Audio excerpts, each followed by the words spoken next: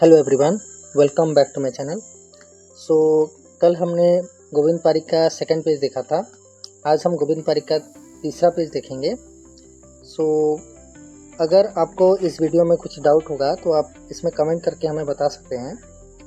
तो चलिए देखते हैं। सबसे पहले हम देखेंगे नपुंसक एंड क्लेब्य के भेद। ठीक है, यहाँ थोड़ा इस पेज में थोड़ा गलत दिया गया है। ये जो चरक का भेद है ये गलत है। ठीक है, ये जो है ये क्लेब्य का भेद है। तो सबसे पहले हम देखते हैं यहाँ पे क्लेब्य एंड नपुंसक के भेद। तो सबसे पहले आप इसे याद करिए। सो क्लेब्य चरक बोले हैं 4 एंड सुश्रुत के हिसाब से है 6। ठीक उसी टाइप से नपुंसक का भेद है, चरक ने 8 बताया है एंड सुश्रुत ने 5 बताया है। ठीक है, सबसे पहले आप इसे याद करिए। फिर जो देखिए चरक के जो नपुंसक के 8 भेद हैं वो क्या क्या हैं। आप जाइए चरक शारीर दूसरा चैप्टर, यहाँ पे आपको चरक का जो नपुंसक के भेद हैं उनका टाइप्स मिल जाएगा। उनके टाइप्स में है जैसे कि द्विरेता, पवनेन्द्रिय, द्विरेता पवनेन्द्रिय व संस्कारवाही, नर नारी संड।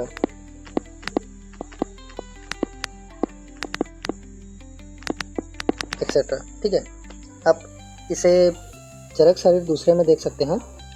और ये जो सुश्रुत के नपुंसक के भेद हैं 5 हैं, यहाँ देखिए 5 हैं। फिर इसे 2 टाइप में डिवाइड किया गया है।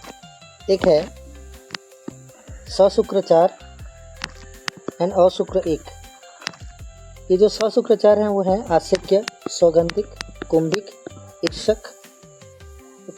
और जो अशुक्र हैं वो है संड।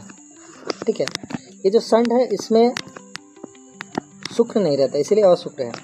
सो इसका जो छोटा छोटा पॉइंट है, कोटेशन है, उसे आप याद करिए।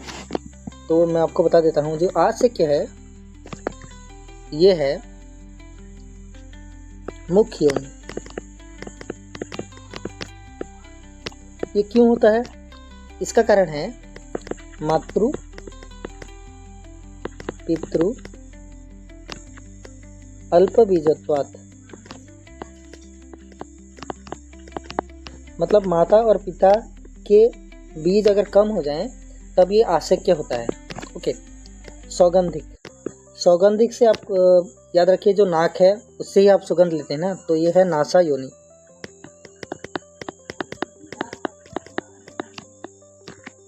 कुंभिक, कुंभिक है गुदा योनि।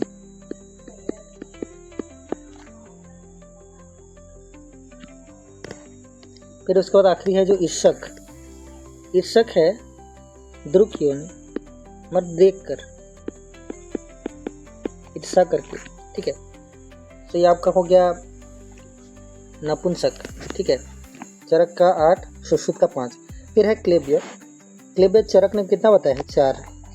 ये जो ऊपर बताया गया है बीजोपघातात, ध्वजोपघातात, जरा या शुक्र संख्यात। ठीक है, तो इसका छोटा छोटा कोटेशन है। जैसे कि सबसे इम्पोर्टेंट है ध्वजोपघात। ध्वजोपघात है, देखिए मैं यही लिख देता हूँ।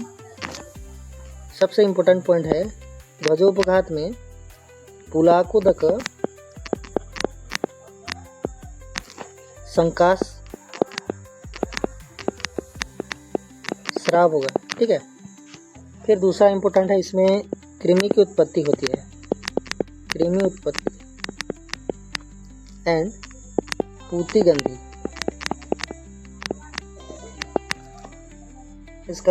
इसका और एक इम्पोर्टेंट पार्ट है वो है विसिर्यते मणि मेढ्रा मुस्क।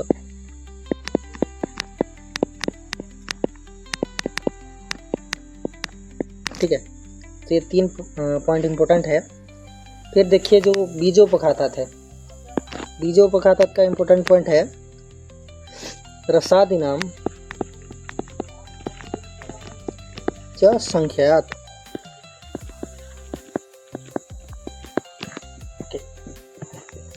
फिर इसके बाद हम आ जाते हैं जो सुश्रुत के जो 6 बताए हैं क्लेब्य, उसमें यह है मानसिक, शुक्रक्षयज, पति मैथुनजन्य, शुक्र बेग रोगजन्य, मेढ रोगजन्य एंड सहज। ठीक है, तो इसमें से जो मेढ रोगजन्य है और सहज हैं ये दोनों असाध्य हैं।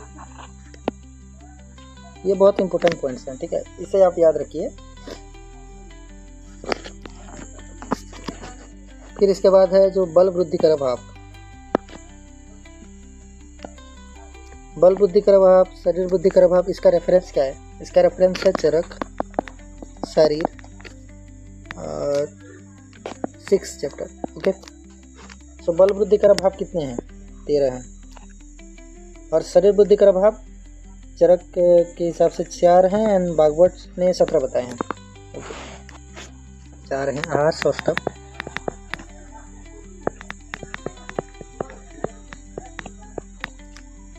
काल योग, स्वभाव संसिद्धि एंड अभिघात। सो इनमें से जो काल योग है एंड स्वभाव संसिद्धि है, ये दोनों ऑल्सो इन बल वृद्धि कर भाव।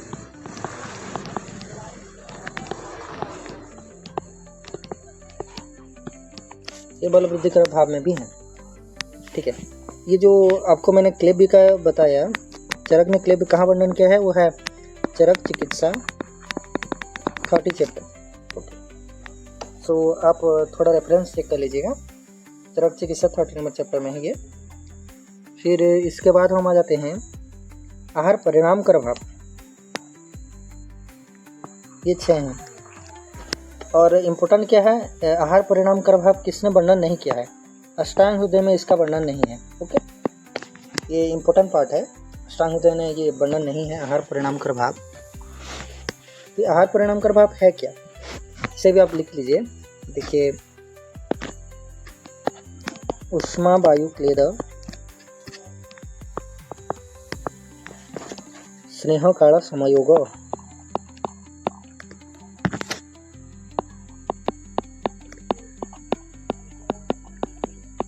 ठीक है, तो इतना आप याद रखिए इसका।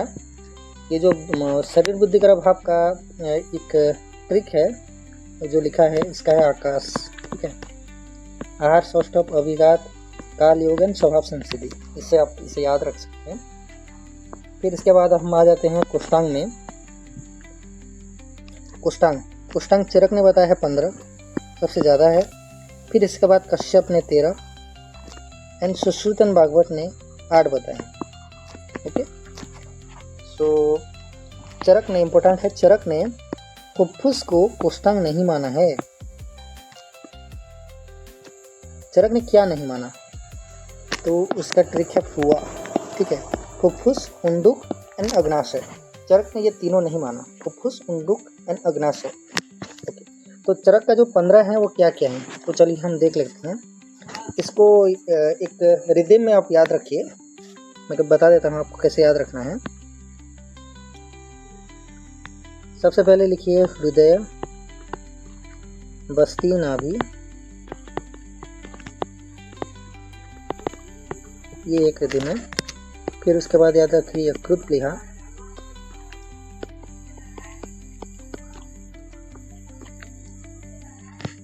उसके बाद लिखिए क्लोम, वृक्कक एंड बपावहन। ये तीनों, क्लोम, वृक्कक, बपावहन। फिर आ जाते हैं हम, जो हमारे डाइजेस्टिव सिस्टम जैसे जैसे जाएगा हम ठीक वैसे वैसे इसको याद रखेंगे। सो है आमाशय। उसके बाद आ जाते हैं हम पक्वाशय।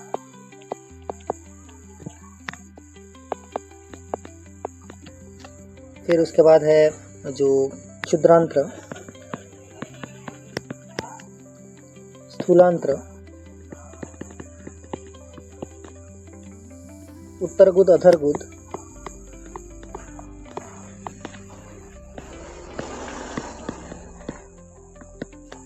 एंड लास्ट में है पुरीसाधर। ठीक है, ये है चरक। ओके, चरक का सबसे इम्पोर्टेंट है क्लोम। देखिए चरक का सबसे इम्पोर्टेंट क्या है, क्लोम। क्लोम एक्सक्लूसिव है बाय चरक, ठीक है। क्लोम किसी ने नहीं बताया, ओनली चरक ने बताया है क्लोम। ओके, फिर इसके बाद हम आ जाते हैं सुश्रुत में। सुश्रुत चिकित्सा सेकंड चैप्टर, ये आपका आम अग्नि पक्वा नाम मूत्रस्य हृदयरसस्य हृत्तुण्डक फुफ्फुस कोष्ठ इति अभिधीयते। हृत्तुण्डक फुफ्फुस कोष्ठ इति अभिधीयते। ओके, सो ये हमारा गया सुश्रुत का। फिर हम आ जाते हैं जो डिम स्थान। डिम स्थान किसने बताया है? अष्टांग हृदय ने एक डिम स्थान नाम के कोष्ठांग माना है। ओके, सो आप इतना याद रखिए। लेकिन और एक बताया है जो काश्यप माना है, उत्तर गुद अधर गुद को एक माना है। उसके साथ उन्होंने पुरुषाधार जो है उनको नहीं माना है, ठीक।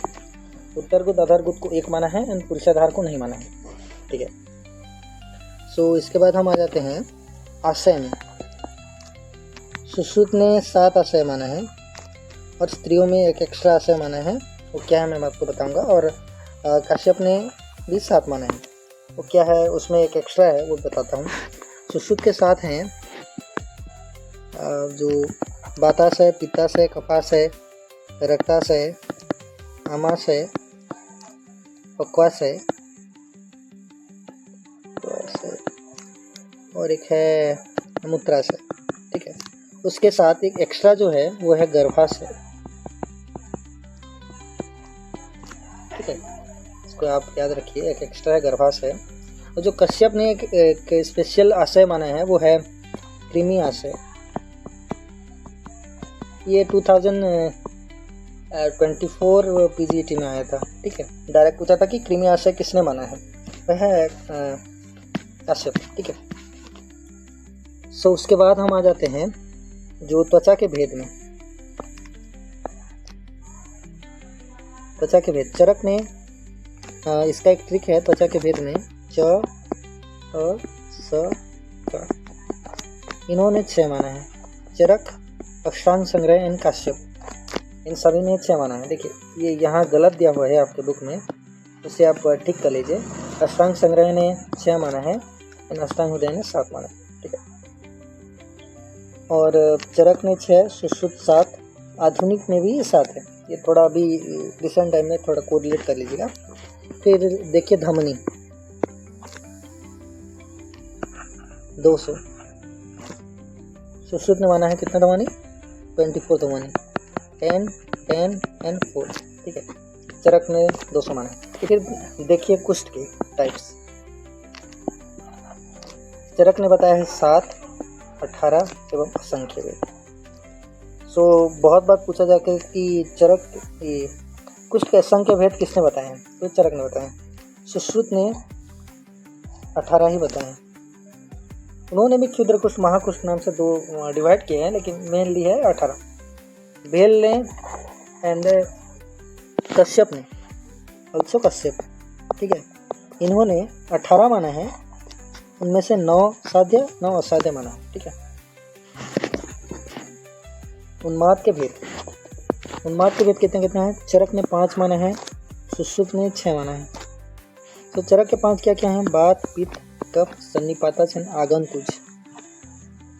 जो सुश्रुत ने चरकोक्त 4 माना है, बात, पित्त, कफ, सन्निपातज, उसके साथ बीसज प्लस मानस इन्होंने एक्स्ट्रा बताया, ठीक है। बीसज एंड मानस ये उन्माद के भेद हैं सुश्रुत के हिसाब से। माधवकर ने भी सुश्रुत जैसा ही कहा है, ओके। फिर हम आ जाते हैं शोध के भेद में। शोध के भेद में देखिए चरक ने 2 एंड 3। अगर आपको क्वेश्चन आए कि चरक ने शोध के कितने भेद बताए हैं, अगर वहाँ 2 ऑप्शन में भी हो 3 भी ऑप्शन में हो, तो मोस्ट अप्रोप्रिएट आपका आंसर 3 होना चाहिए, क्योंकि आपने पढ़ा था चरक में 3 अध्याय।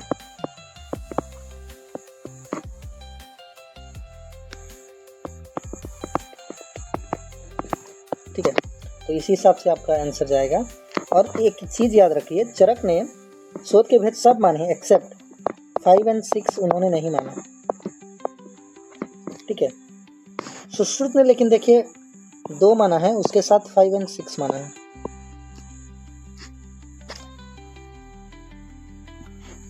बागवट ने 3 एवं 9 माना है, माधव का 9 माना है। ये जो बागवट का 3 है ये है आकृति भेद से,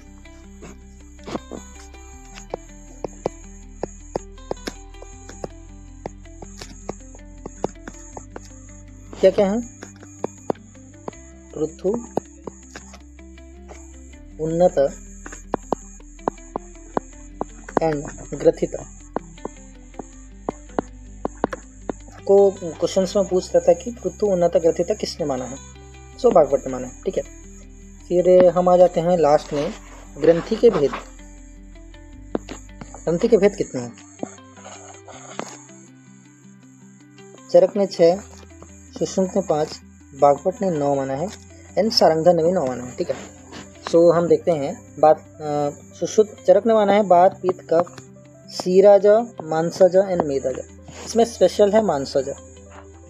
सो क्वेश्चंस आता है कि सुश्रुत ने कौन सा ग्रंथि नहीं माना है, सो आपका आंसर होगा मांसज, ठीक है। सीराज, मेदज उन्होंने माना है, मांसज नहीं माना है, ठीक है। बागवट ने कितना माना है?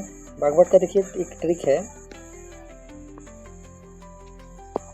Aarav, अस्थिज, रक्तज and भ्रणज, okay. आरव याद रखिए बागवट का। सारंगधर ने 9 माना है, क्या क्या है? बात, पित्त, कफ, द्वंद्वज। कितने होते हैं द्वंद्वज? 3। सन्निपातज, अभिघात एंड विसर्ज, ठीक है। और एक इम्पोर्टेंट पॉइंट लिखिए, जो चरक अकॉर्डिंग टू चरक चिकित्सा 12 जो स्फुरण कौन करता है?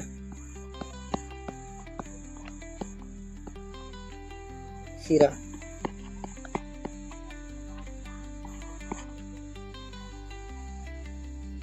महान अनर्थी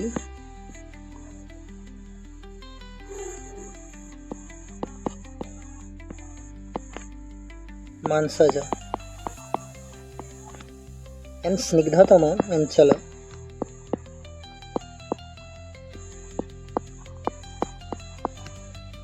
मेदज, ठीक है। आपको इतना याद रखना है। मैंने आज जितने भी एक्स्ट्रा नोट्स लिखाए हैं और जितना कोरिलेट किया है, आपको मिनिमम उतना याद रखना है। ये बहुत इंपॉर्टेंट है ये पेज, क्योंकि इसमें मेनली टाइप्स के साथ डील किया गया है और जो छोटे छोटे पॉइंट्स लिखाए हैं आपको उसे पूरा रट लेना है और पूरा याद कर लेना है।